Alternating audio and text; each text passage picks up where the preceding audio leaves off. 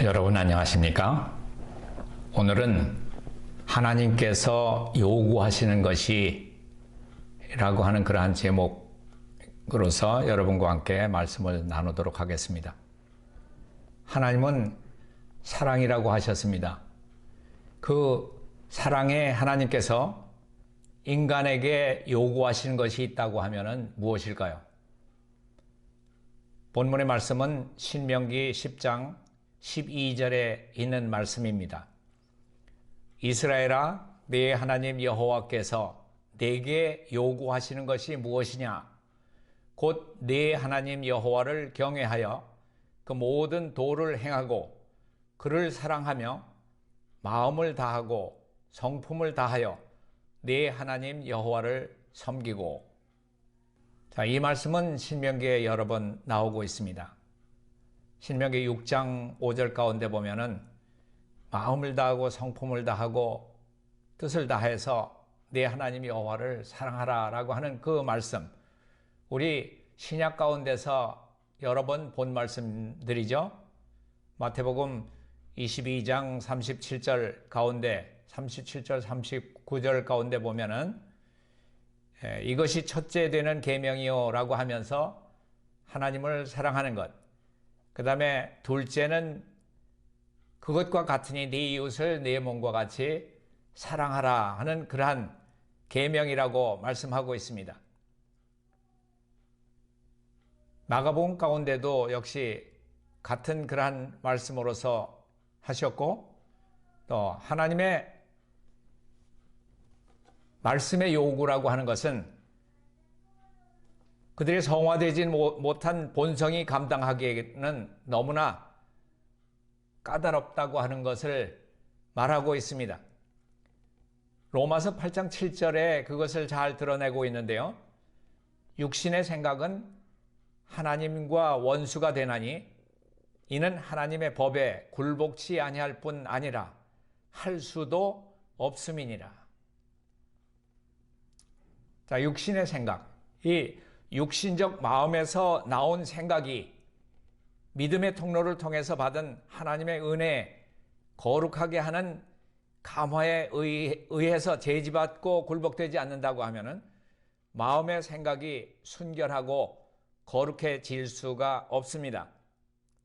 하나님의 말씀에서 밝혀진 그러한 구원의 조건은 합리적이고 또 분명하고 적극적이며 하나님의 뜻과의 완전한 일치, 또 마음과 생애의 순결, 바로 그것입니다. 우리는 육신의 정욕과 함께 자아를 십자가에 못 박아야 합니다. 우리는 육체와 영의 온갖 더러운 것에서 스스로를 깨끗하게 하고 하나님을 두려워하는 가운데서 거룩함을 이루어야 할 것입니다. 하나님께서 우리에게 바라시는 것은, 하나님의 뜻은 우리의 거룩함이라고 성경은 분명하게 말하고 있습니다. 하나님의 형상대로 지음을 받은 인류는 하나님의 피조물 중에서 천사들 다음으로 가장 고상한 피조물입니다. 하나님께서는 사람들이 하나님께서 도달할 수 있게 하신 최고의 표준에 이르고 그분께서 그들에게 주신 능력으로 최선을 다하기를 바라고 계십니다. 생명은 신비하고 신성한 것입니다. 그것은 모든 생명의 근원 되시는 하나님 자신을 표현한 것이기 때문입니다. 주어진 생명의 기회들은 귀중한 것이기 때문에 그 기회들은 진지하게 이용되어야 합니다. 그 기회들은 한 번 잃어버리면 영원히 가버리고 맙니다. 하나님께서는 영생을 매우 엄숙한 현실 문제로 우리 앞에 제시해 주시고 또 우리에게 불사불멸의 문제를 이해하게 하십니다. 하나님께서는 가치 있고 고상한 진리를 제시해 주셔서 우리로 하여금 우리의 모든 능력을 기울여서 열심으로 탐구할 가치가 있는 그러한 한 목적을 향해서 안전하고 확실한 길을 갈 수 있도록 해 주십니다. 하나님께서는 그분이 친히 지으신 작은 씨앗들을 들여다보십니다. 그리고 그분께서는 그 씨앗 속에 감추어 있는 아름다운 꽃과 관목과 잎을 사방으로 뻗고 있는 높은 나무를 미리 내다보십니다. 우리는 하나의 목적을 성취하기 위해서 이 세상에 살고 있습니다. 하나님께서는 우리의 생애에 대한 그분의 계획을 우리에게 주셨고 또 우리에게 발전의 최고의 표준까지 이르게 되기를 바라십니다. 하나님께서는 우리가 항상 거룩하고 행복하고 유용하게 자라나기를 바라고 계십니다. 그러면 예수님께서는 왜 이 땅에 오셨습니까? 누가복음 19장 10절에 있는 말씀을 보면 인자에 온 것은 잃어버린 자를 찾아 구원하려 함이니라. 타락한 인간을 구원하기 위해서 예수님께서 이 땅에 오셨습니다. 비유 가운데 보면 잃어버린 은전이라고 하는 그러한 비유가 나오고 있습니다. 실물교훈 193페이지부터 있는 그런 비유의 말씀을 보면 잃어버린 은전은 허물과 죄로 잃어버림을 당했지만 저희가 잃어버린 상태에 놓여 있는 줄을 깨닫지 못하는 자들을 표상한다. 그들은 하나님께로부터 멀리 떨어져 있으나 그것을 알지 못한다. 저희의 영혼이 위태한 가운데 있으나 저희는 그것을 의식하지 못할 뿐 아니라 관심도 없다. 이 비유로서 그리스도께서는 하나님의 요구에 무관심한 태도를 가진 자라도 하나님의 사랑의 대상이 된다고 하는 것을 가르치셨습니다.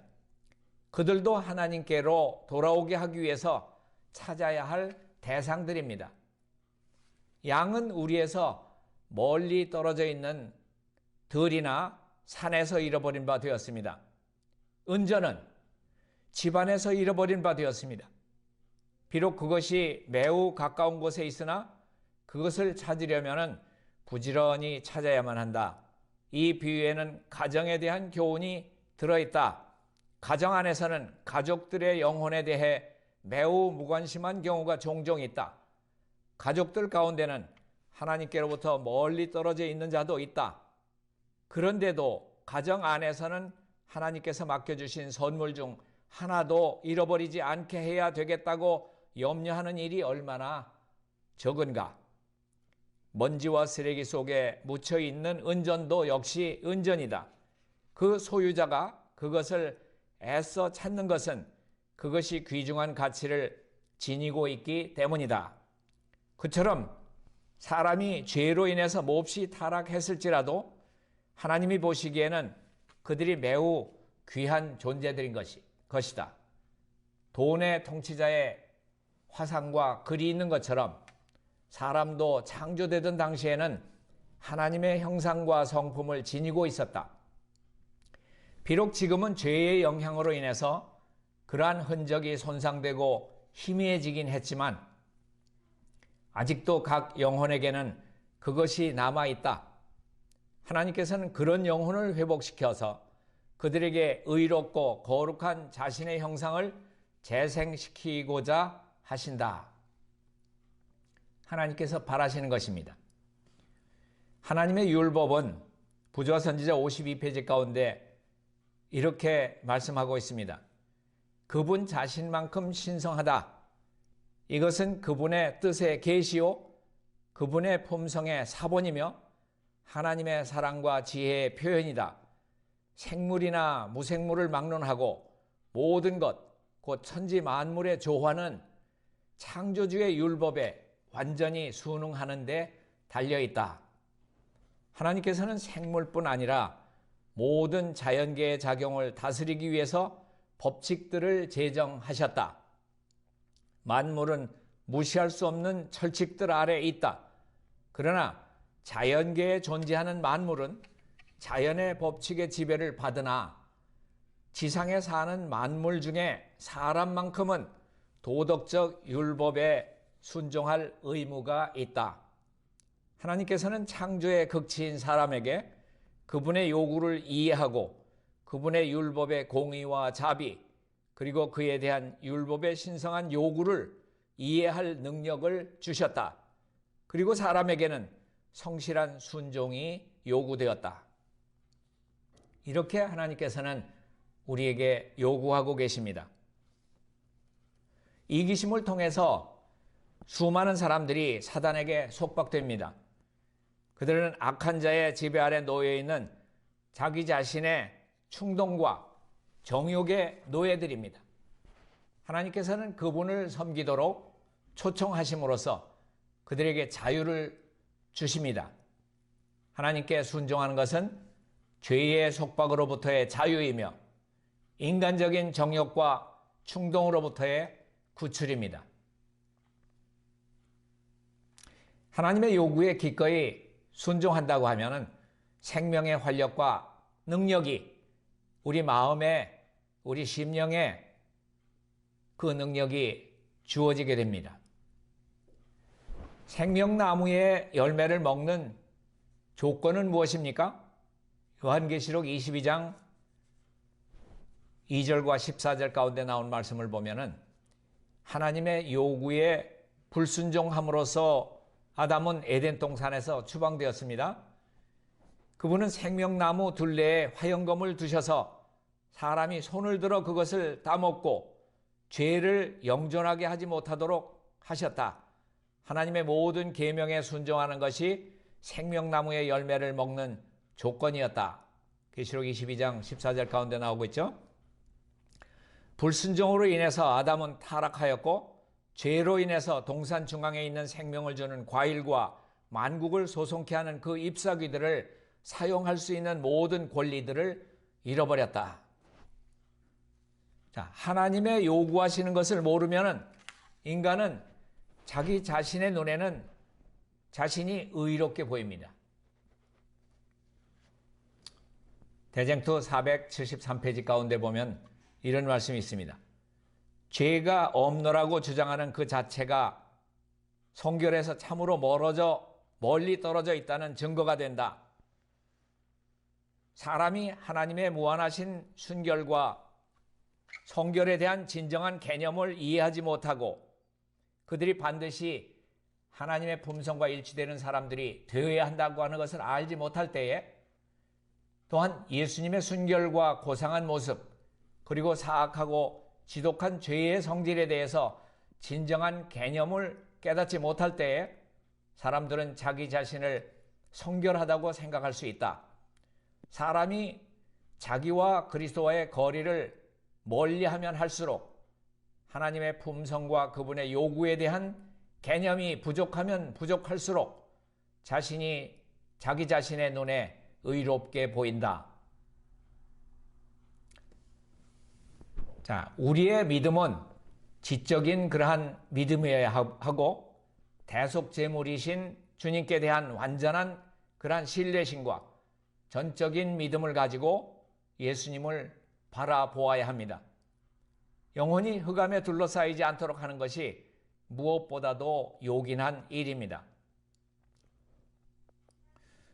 가래뽑은기별 1권 256페이지 가운데 말씀을 보면 거룩하신 대리자께서는 의아해하는 우주의 거민들에게 그분의 인성에 나타난 완전하고 전적인 겸비와 하나님의 모든 요구에 대한 완전한 순종을 보이셨으므로 가장 미천한 인간까지라도 구원하실 수 있으시다.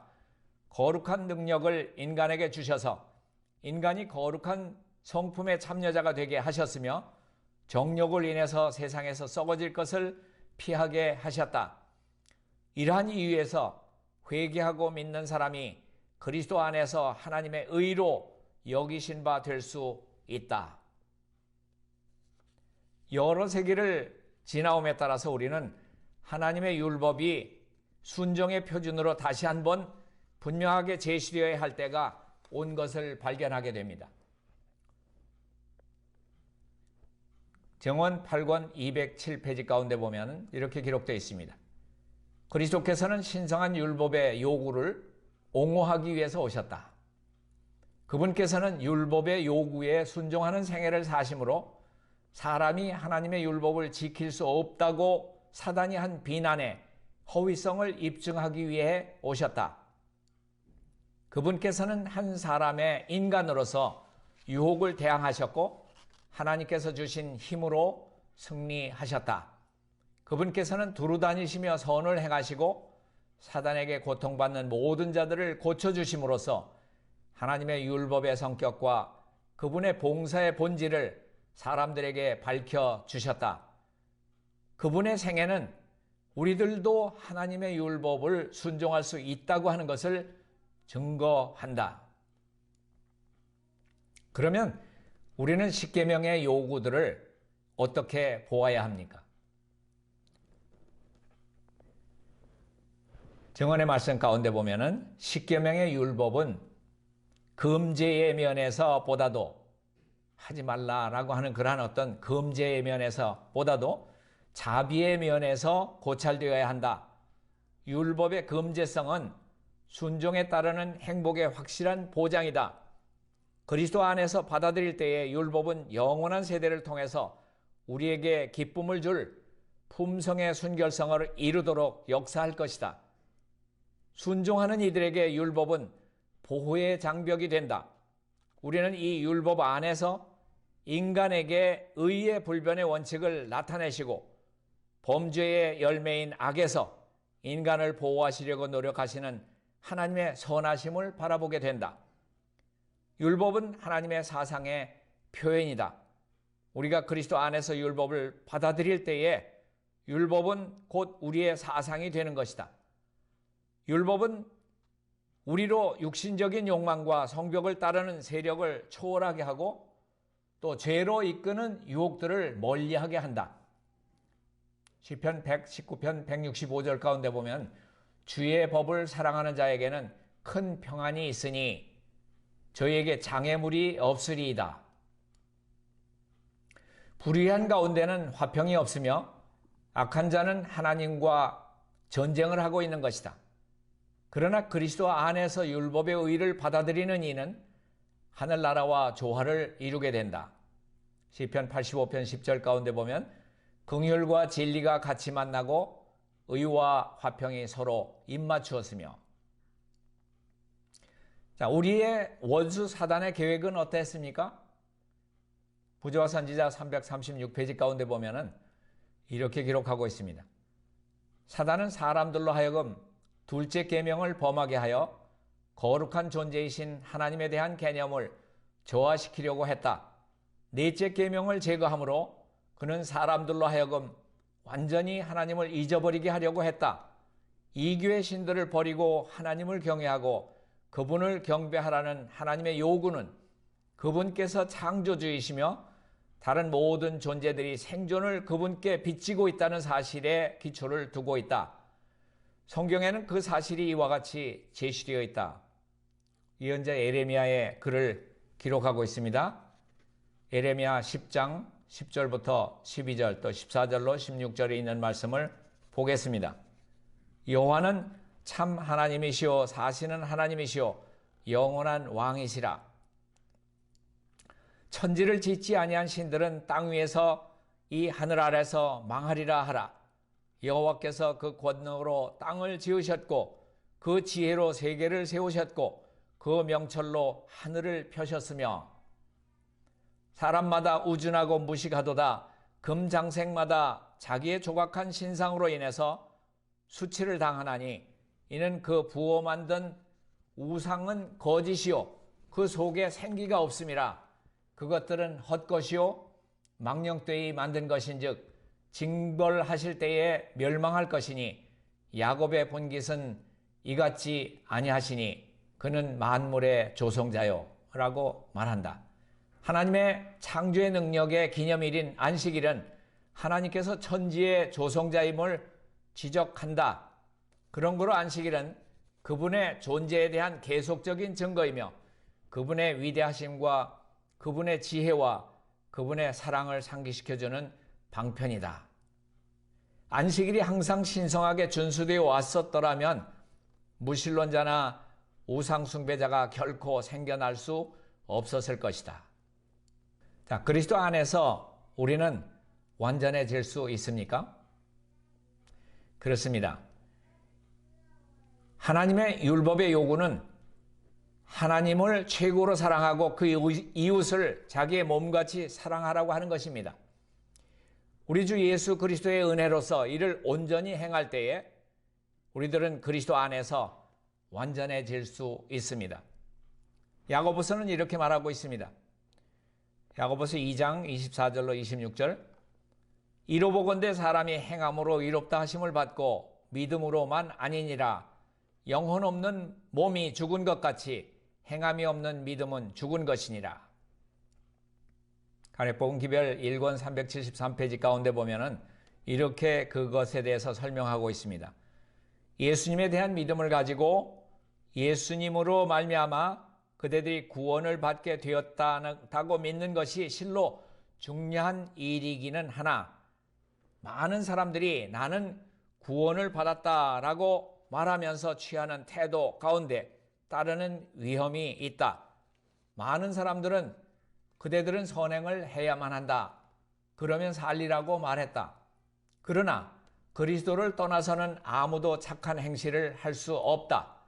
많은 사람들은 오늘날에도 믿으라, 믿기만 하면 살 수 있다라고 말한다.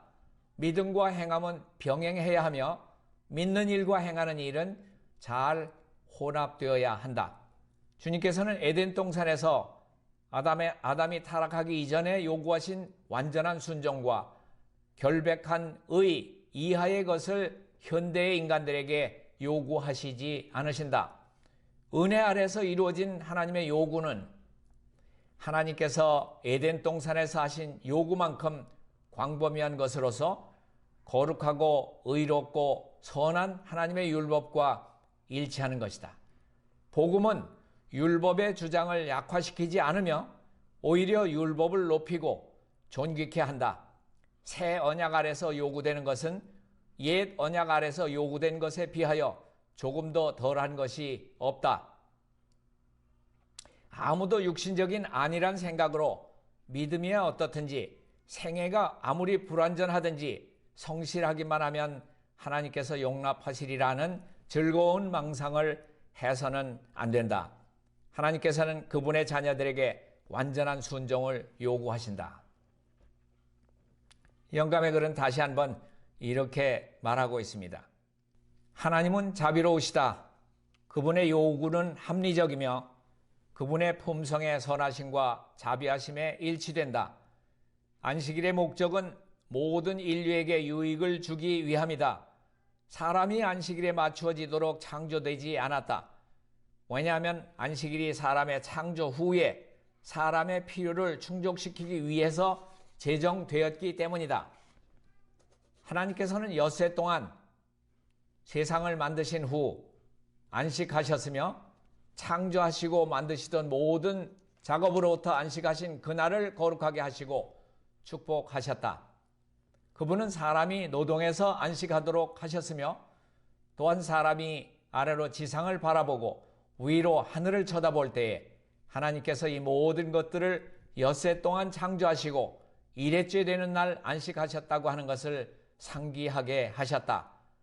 그래서 그가 하나님의 무한한 지혜에 대한 이 실체적인 증거를 볼 때에 그의 마음이 그를 창조하신 분에 대한 사랑과 경외심으로 차도록 이 특별한 날을 구별하셨다. 이 하나님의 요구는 모든 사람에게 동등하게 주어졌습니다. 값없이 제공된 특권을,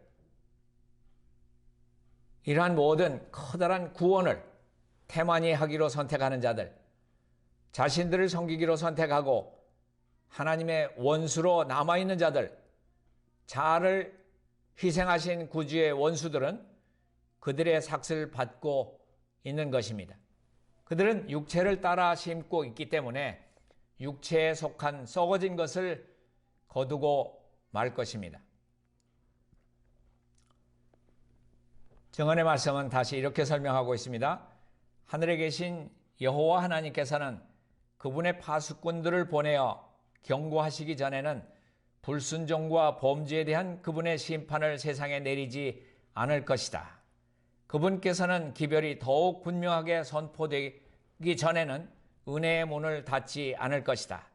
하나님의 율법은 확대되어야 하고 그 율법의 요구는 진실하고 거룩한 특성 그대로 제시되어서 사람들이 진리를 받아들이거나 반대하는 결정을 하게 되어야 한다. 그러나 사업은 공의로서 단축될 것입니다. 그리스도의 의에 대한 기별은 주님의 길을 예비하기 위해서 땅 이 끝에서 저 끝까지 울려 퍼질 것입니다. 이것이 하나님의 영광이고 또 그 영광으로 셋째 천사의 사업이 마치게 될 것입니다. 말씀과 하나님의 요구는 반드시 연구되어야만 합니다. 많은 사람들이 자신의 영혼을 속이고 있습니다. 왜냐하면 그들은 진리에 동의하고 있는 한편 그 진리를 통해서 성화되는데 실패하고 있기 때문입니다. 그 올바른 종교적 경험을 갖기 위해서는 진리의 이론이 무엇인지 관한 그러한 지성적인 생각을 가져야 할 뿐만 아니라 심령과 정신이 훈련을 받아야 하고 습관은 나타난 하나님의 뜻과 조화되어야만 합니다. 말씀과 하나님의 요구는 반드시 연구되어야만 합니다. 그렇게 함으로써 우리는 그분의 품성의 영광을 우리 생애 가운데 나타나게 함으로써 하나님께서 우리에게 요구하신 바가 정당하고 의로운 것이라고 하는 것을 말씀을 우리가 잘 이해한다고 하면은 그것을 깨닫고 예수님께서 우리에게 바라시는 것이 우리의 거룩함이라고 하는 것을 우리가 잘 알 때에 하나님을 사랑하고 또 이웃을 내 몸과 같이 사랑하게 되기를 그게 바라야 될 것입니다. 이렇게 함으로써 하나님께서 우리에게 요구하시는 것이 우리의 생각으로서 우리의 온 마음을 다해서 주님을 사랑하는 것과 이웃을 우리의 몸처럼 사랑하게 되시는 여러분과 제가 되기를 바라면서 오늘 말씀을 여기서 줄이겠습니다.